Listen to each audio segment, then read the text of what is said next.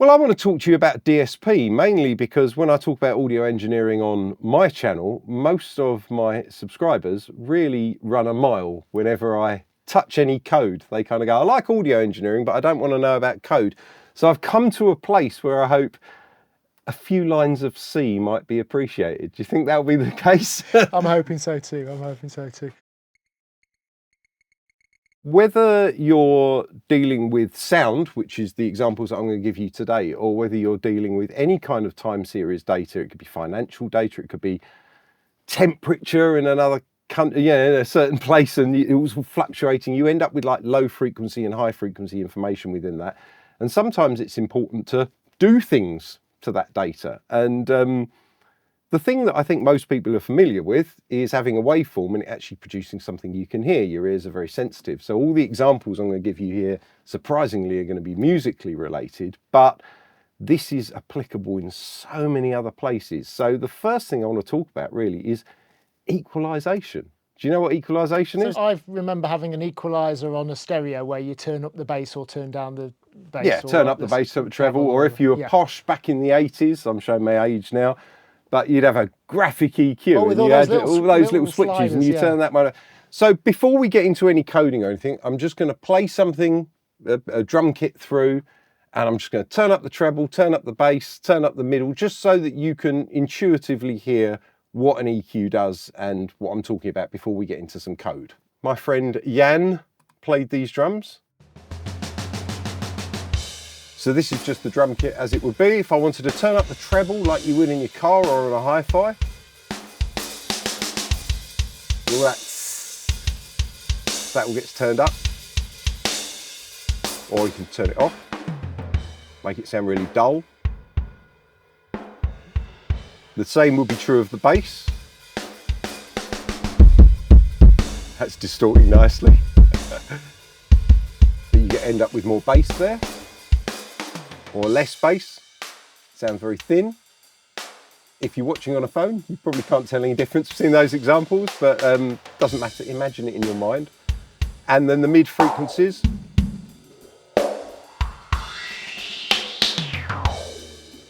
So audio is made up of a whole frequency spectrum with really long waveforms and really small waveforms, and they all come together with different frequencies and different amplitudes. The longer frequencies are the bass frequencies, what we would consider like the bass guitar and the bass drum, stuff like that. And then all the tss and all your hisses and your sibilants is right up at the top. And all the stuff that we hear really clearly sits in the middle somewhere, and that makes the voice and the guitars and whatever else you're listening to, the crack of the snare drum. But let's say we wanted to do some of that and we don't have, Pro Q4 or equivalent EQ, you just want to do it yourself in code. Like a professional. Pro Q4 is pretty much industry standard EQs that, in the box studio EQ. But let's say you wanted to do your own thing, or let's say you had a piece of time series data that's, as I say, weather information or something like that. And you had it in a spreadsheet.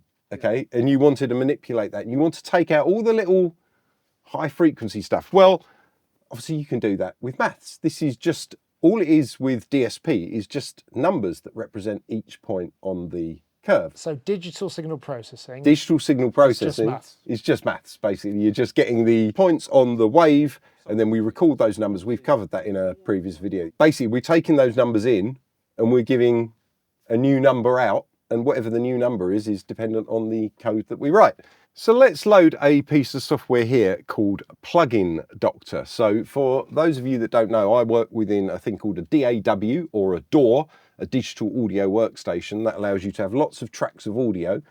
And then while I've got all this nice stuff behind me that's real physical pieces of equipment that you can plug in to do audio, you can also have digital equivalents to that. You have plugins that you can put over things. So if you want something to have a reverb, sound like it's in a massive room, or you want to distort something, there's a plugin to do kind of anything you want.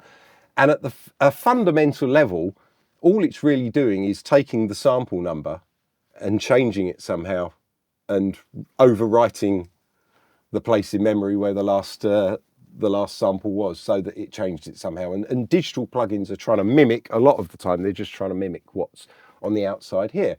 Now, there's a great plugin one of my favourite plugins of all time, which is called Formula VST. VST stands for Virtual Studio Technology. And basically what it is, if I load it up here, so if I load an instance of Formula into Plugin Doctor, which is like an oscilloscope for DSP, if I load up Formula, it gives me something that is akin to some sort of notepad or VS Code type window. Due to my age and eyesight, I'm going to up the text size there. But as you can see, it just has a function called Formula Main, which basically sets the output to the input and then returns the output. This is just C. So this plugin here is doing absolutely nothing. On Plugin Doctor, if I separate those two so you can see them both on the screen, you can see I've got a -6 dB signal going in. So that's just a volume effect. That's just the volume of what's called a Dirac spike. So it's just a single one sample in a sea of zeros. It's the way you do impulse responses. You send it a single spike and then whatever happens to that will draw a waveform, and at the moment it's doing nothing whatsoever. So if we were to put an EQ in here like that Pro Q4, so I'll load that up. So you can see as I change things on the EQ, it's also showing me in Plugin Doctor what it's doing. So it's a really nice way when we're coding something to be able to see what's going on with our code rather than just hearing it. I mean, sometimes it's good to use your ears, but sometimes it's good to check that the maths is actually doing what it's meant to be doing. So at the moment, Formula's doing nothing. But let's say we wanted to take the high frequency data out, which I think for, not necessarily for audio, but for a lot of other applications, particularly if you were dealing with financial data or weather data or something like that, the minute by minute or hour by hour fluctuations might not be important. Actually, what you want is a smoother curve, okay? Well, how would you do that? Have a guess how you do that? It's averaging, isn't it? Just averaging. Yeah. So let's start. Let's knock up a simple averaging formula. So outside of that function, I'm just going to do a float of last. So we keep the last. I'm going to set that to 0. And then we've got the output equaling the input there. And then I'm going to basically say there, output equals output plus last. So we're just going to put them together. And if I put all of those in brackets and then we just divide that by 2, because we're adding two things together, we divide it by 2, that's going to be the average. And then I want to record that for next time. So we're going to say last equals output. And if I now hit play on that, we've lost some treble. Oh, so the highest frequency is on the right. So that's the highest frequencies, and that's coming down. As we saw before with the drums. So I don't think anyone's going to be impressed with that. A couple of lines of code and we've created a moving average. But if you were doing that to weather data, you'd be taking out all of those little day-to-day things and smoothing out and getting more of a long-term sort of projection and taking out tiny minor fluctuations and outliers and stuff like that. But that's exactly what you're doing with audio when you want to turn the treble down, let's say the cymbals on the drums. Okay. Let's say I don't want to do that. Let's say I actually want to keep all the treble and I want to get rid of the bass, because what I'm interested in is this real high frequency trading, and I don't care about the long-term trends. I'd care about minute-to-minute stuff, okay? Well, if we've taken all the treble off that, what if we take that low stuff that we've kept, that low frequency stuff, what if we take that from the original single? So we do input minus output. Lo and behold, we're left with some treble. Not perfect. There's a whole set of formulas called biquad formulas which do this in a much more refined way, which we're going to get to in a minute. But this is the kind of the basic principles. Now, you can see how with small building blocks, like everything in programming and everything in life, with small building blocks, you can build up to effectively do what I was doing to those drums, where you're boosting frequencies, you're cutting, you have different high and low points and all that kind of stuff. So let's see. Obviously, this is pretty useless at the moment. If I get rid of that and we go back to the low pass, because we're allowing the low frequencies to pass through. Let's say we want to be able to move that up and down.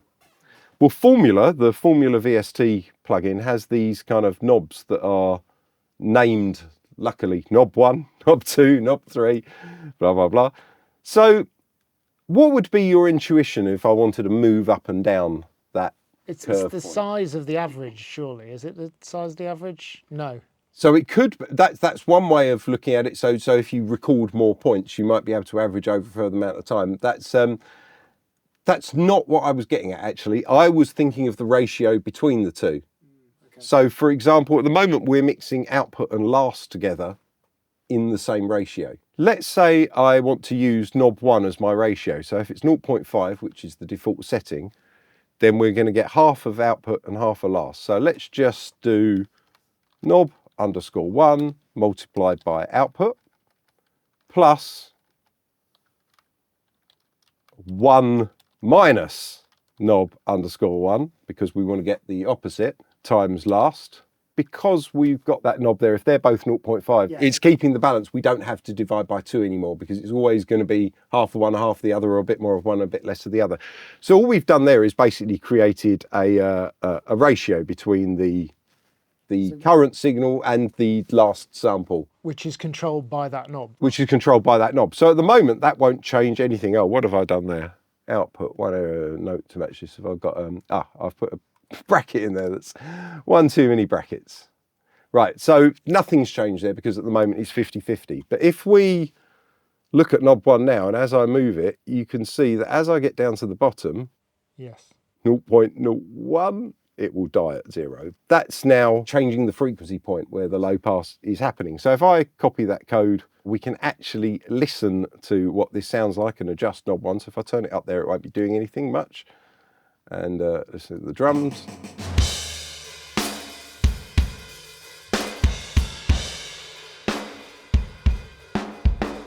So yeah, it's cutting that top So all the off. trebles coming off it as we turn it down. You can actually see that if I bring up here the channel settings, you can actually see the frequencies there and how much less top end now there is. You can see there's not a lot of top end there.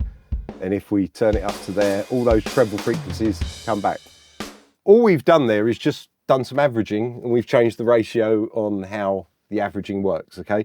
This is not complicated maths, yet I wouldn't quite call it a functional EQ, but it's not that many more steps to get to a functional EQ. So if I bring Plugin Doctor back up, and we'll do a Blue Peter for the American viewers, you won't get that, but we'll do a Blue Peter. This is one that I prepared earlier. So I'm just going to do a one-pole, what's called a one-pole low-pass filter. This is actually the code for a much better one-pole low-pass filter. So I've got the sample rate in there. I know it says float SR, and I'm sure you were thinking that was your initials, Sean. Oh, it's all about me. But it's all about you, isn't it? But no, that's 48,000. So I'm giving it that, and I'm giving it my minimum frequency, my maximum frequency. We're then doing this calculation here where it's the frequency cutoff. The actual frequency we want is basically, it's a calculation involving powers to the value of where knob 1 is. And then G here is basically the constant that is the equivalent of the knob 1, that says the ratio. So you've got the 1 minus and you've got the ratio between the two. And basically that's doing some maths that's involving pi. If you look at it, it's basically calculating the frequency cutoff, and meaning that you're not getting loads of play in the top of the knob and then right between 0.01 and 0.02.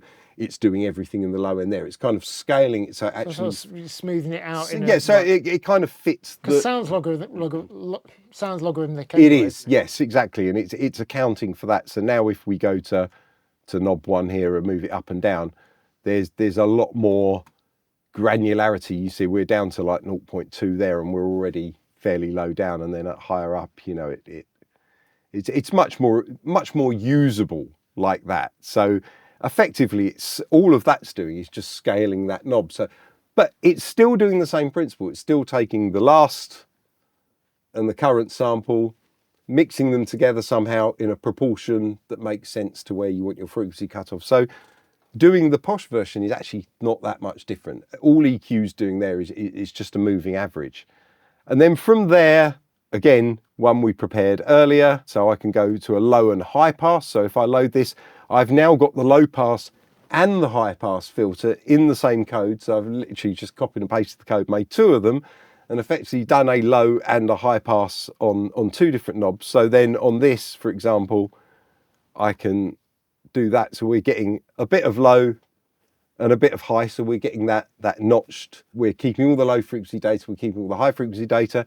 And then of course I can mix some of that back in. I can mix using the dry wet that's actually built in there. Dry wet, just for people who are not... Dry wet mix is basically, the dry signal is your original signal, and the wet signal is what you've done to whatever the effect's trying to do. And if you mix between the two, again, you're doing a ratio between the original clean signal and the processed signal. So if I do that, you can see we can make that graph change there. So this is a real world implementation. You can see, so if we do high pass plus low pass minus the input, we then get just the mid frequencies. We've isolated all the mid frequencies and got rid of the low and got rid of the high. So the fact that you can play with it in Formula VST, and you could load up any DAW, any workstation, put any song you want in there, or a drum track or a sample you download, a vocal, whatever you want, and load that plugin over it and just start coding in C and see what things do to the sound. Obviously, we're here in a studio with all the equipment and all this software and all the rest of it. But can people do this, you know, for free or cheap? Yeah, pretty much for free. So there's plenty of Formula is free and open source as a plugin. I haven't used Audacity in so many years. I know that's free and open source, but I'm sure someone could load a song in there and put Formula VST over it in there. There's a DAW called Reaper that gives you a nag screen if you don't pay for it after 60 days, but it doesn't stop you using it, and you can load Formula VST into that, and you could play about with audio. There's so many ways of doing it. Anything where you can load an audio file into it and put a plugin over it will do the job, and you can download Formula VST and just see what happens, really. Just start playing with things.